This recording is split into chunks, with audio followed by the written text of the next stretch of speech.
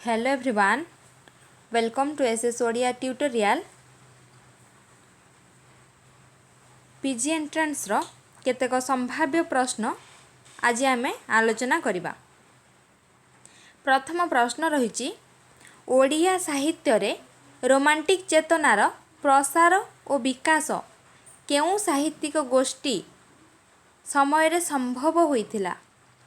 Option रहिछि राधानाथ युग, सत्यवादी युग, प्रगतिवादी युग, सबुज युग। रोमांटिक चेतनार प्रसार और विकास सबुज युग समय रे संभव होइथिला बा सबुज गोष्ठी रोमांटिक चेतनार प्रसार और विकास कराइथिले। नेक्स्ट क्वेश्चन, संत कवि भीम भोई केउ धर्मर उपासक थिले? बौद्ध धर्म, वैष्णव धर्म, जैन धर्म, महिमा धर्म।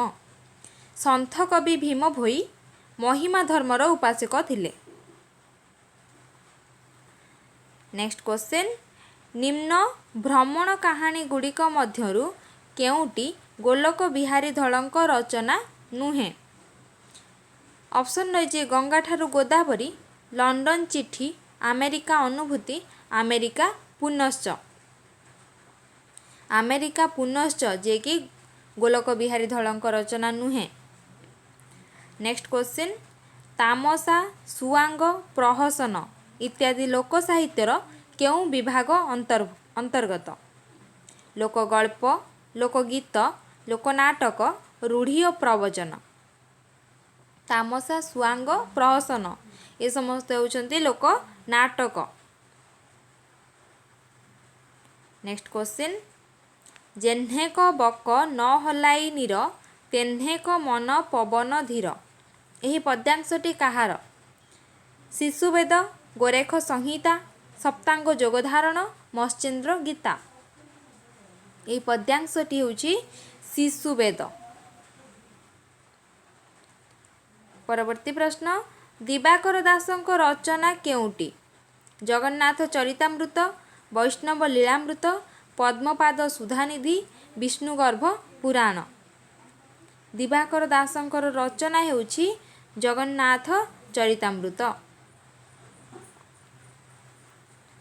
परवर्ती प्रश्न, ओडिया भाषा आंदोलन पुस्तकर लेखक किए? गगनेन्द्र दास, बंशीधर महांती, देवी प्रसन्न पट्टनायक, धनेश्वर महापात्र। ओडिया भाषा आंदोलन बंशीधर महांतींकर पुस्तक। परवर्ती प्रश्न, चतुरंग पत्रिका केउ अनुष्ठान पक्षरु बाहरी थिला? उत्कल सभा, कोशल कलामंडल, उत्कल भाषोद्दीपनी सभा, हरिभक्ति प्रदायिनी शिक्षा विवर्धनी सभा। चतुरंग पत्रिका कोशल कलामंडल पक्षरु बाहरी थिला। नेक्स्ट क्वेश्चन, केउटी सच्चिदानंद त्रिभुवन देवଙ୍କ काव्य ग्रंथ? विक्रमादित्य, वैदिक प्रकृति, नचिकेता उपाख्यान, चयनिका। सच्चिदानंद त्रिभुवन देवଙ୍କ काव्य ग्रंथ हेउछि वैदिक प्रकृति। नेक्स्ट क्वेश्चन, ओडिशा रे प्रथम गल्प संकलन केउटी? कथा कदम्ब, कथा लहरी, गल्प स्वल्प, चित्र। ओडिशार प्रथम गल्प संकलन हेउछि चित्र, चंद्रशेखर नंदंकर। नेक्स्ट क्वेश्चन, लक्ष्मी पुराणर श्रिया चरित्रटी काहार सृष्टि? अनंत दास, बलराम दास, जशवंत दास, अच्युतानंद दास। लक्ष्मी पुराणर श्रिया चरित्रटी होछि बलराम दासंकर सृष्टि।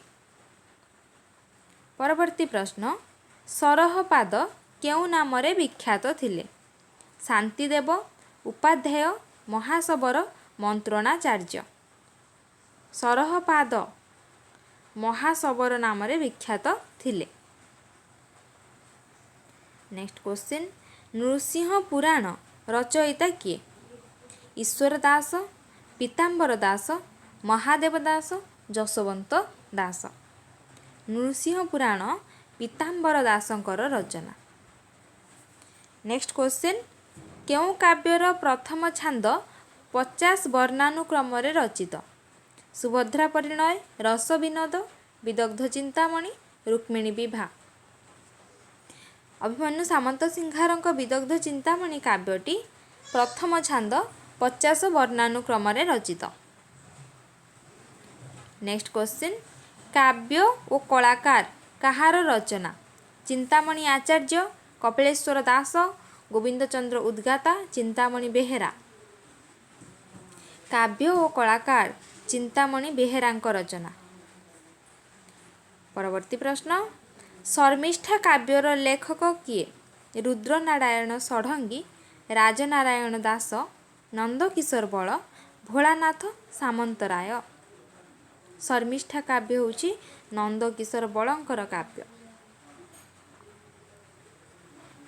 ନେକ୍ସଟ କ୍ୱେଶ୍ଚିନ୍, ତୁଳନାତ୍ମକ ସାହିତ୍ୟ ଆଲୋଚନାକୁ କିଏ ବିଶ୍ୱ ସାହିତ୍ୟ ଭାବେ ଚିହ୍ନିତ କରିଥିଲେ? G Sankar Kurup, Rabindranath, K S George, Devendra Satyarthi. ତୁଳନାତ୍ମକ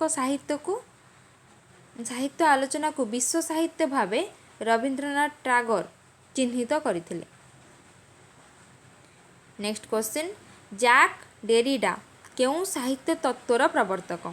ବିଘଟନ, ନନ୍ଦନ ତାତ୍ତ୍ୱିକ, ଉତ୍ତର ସଂରଚନାବାଦ, ଉତ୍ତର ଔପନିବେଶିକବାଦ। ଜାକ୍ ଡେରିଡା ବିଘଟନ ସାହିତ୍ୟ ତତ୍ତ୍ୱର ପ୍ରବର୍ତ୍ତକ। ପରବର୍ତ୍ତୀ ପ୍ରଶ୍ନ, ପ୍ରଥମ ଓଡ଼ିଆ ବୈଜ୍ଞାନିକ ଉପନ୍ୟାସ କେଉଁଟି? ଚଳନ୍ତା ରାଇଜର ଆମୁହା ନଈ, ଶ୍ୟାମସୁନ୍ଦରର ସ୍ୱପ୍ନ, ଚନ୍ଦ୍ରର ମୃତ୍ୟୁ, ପୃଥିବୀ ବାହାରେ ମଣିଷ। ପ୍ରଥମ ଓଡ଼ିଆ ବୈଜ୍ଞାନିକ ଉପନ୍ୟାସ ହେଉଛି ପୃଥିବୀ ବାହାରେ ମଣିଷ, ଗୋକୁଳାନନ୍ଦ ମହାପାତ୍ରଙ୍କ ରଚନା। ନେକ୍ସଟ କ୍ୱେଶ୍ଚିନ୍, କେଉଁଟି ଜାନକୀ ବଲ୍ଲଭ ପଟ୍ଟନାୟକଙ୍କ କୃତି ନୁହେଁ? ନୀତି ଶତକ, ଉପକଥା ଶତକ, ବୈରାଗୀ ଶତକ, ଶୃଙ୍ଗାର ଶତକ। ଜାନକୀ ବଲ୍ଲଭ ପଟ୍ଟନାୟକଙ୍କ କୃତି ନୁହେଁ, ତାହା ହେଉଛି ଉପକଥା ଶତକ। ଏହା ରଚୟିତା ହେଉଛନ୍ତି ମନୋଜ ଦାସ। ନେକ୍ସଟ କ୍ୱେଶ୍ଚିନ୍, ବନ୍ଦେ ଉତ୍କଳ ଜନନୀ ସଙ୍ଗୀତର କବି କିଏ? ଗୋଦାବରୀଶ ମହାପାତ୍ର, ଲକ୍ଷ୍ମୀକାନ୍ତ ମହାପାତ୍ର, ଯଦୁମଣି ମହାପାତ୍ର, ହରିହର ମହାପାତ୍ର। ବନ୍ଦେ ଉତ୍କଳ ଜନନୀ ସଙ୍ଗୀତର କବି ହେଉଛନ୍ତି ଲକ୍ଷ୍ମୀକାନ୍ତ ମହାପାତ୍ର। ପରବର୍ତ୍ତୀ ପ୍ରଶ୍ନ, ଆହେ ଦୟାମୟ ବିଶ୍ୱବିହାରୀ ପ୍ରାର୍ଥନାର ରଚୟିତା କିଏ? ପଦ୍ମଚରଣ ପଟ୍ଟନାୟକ, ମଧୁସୂଦନ ରାଓ, ରାମକୃଷ୍ଣ ନନ୍ଦ, ଗଙ୍ଗାଧର ମେହେର। ଆହେ ଦୟାମୟ ବିଶ୍ୱବିହାରୀ ପ୍ରାର୍ଥନାଟି ରଚୟିତା ହେଉଛନ୍ତି ରାମକୃଷ୍ଣ ନନ୍ଦ। ନେକ୍ସଟ କ୍ୱେଶ୍ଚିନ୍, ସ୍ୱର ତ୍ରିକୋଣର ପରିକଳ୍ପନା କିଏ କରିଥିଲେ? ମନିୟର ୱିଲିୟମ, ଡାନିଏଲ ଜୋନ୍ସ, ଚମସ୍କି, ଗ୍ରିୟର୍ସନ। ସ୍ୱର ତ୍ରିକୋଣର ପରିକଳ୍ପନା ଡାନିଏଲ ଜୋନ୍ସ କରିଥିଲେ। ନେକ୍ସଟ କ୍ୱେଶ୍ଚିନ୍, ଗାହା ସପ୍ତଶୟୀ କେଉଁ ଭାଷାରେ ରଚିତ? ପ୍ରାକୃତ, ପାଲି, ପୈଶାଚୀ ପ୍ରାକୃତ, ସଂସ୍କୃତ। ଗାହା ସପ୍ତଶୟୀ ପ୍ରାକୃତ ଭାଷାରେ ରଚିତ। ଆଜିର ଶେଷ ପ୍ରଶ୍ନ, ନବ ଅକ୍ଷର ବିଶିଷ୍ଟ ପଦର ଛନ୍ଦକୁ କେଉଁ ନାମରେ ଚିହ୍ନିତ କରାଯାଏ? କାମୋଦି, ଖଣ୍ଡ କାମୋଦି, ଚିନ୍ତାଦେଶାକ୍ଷ, ଗୁଜ୍ଜରୀ।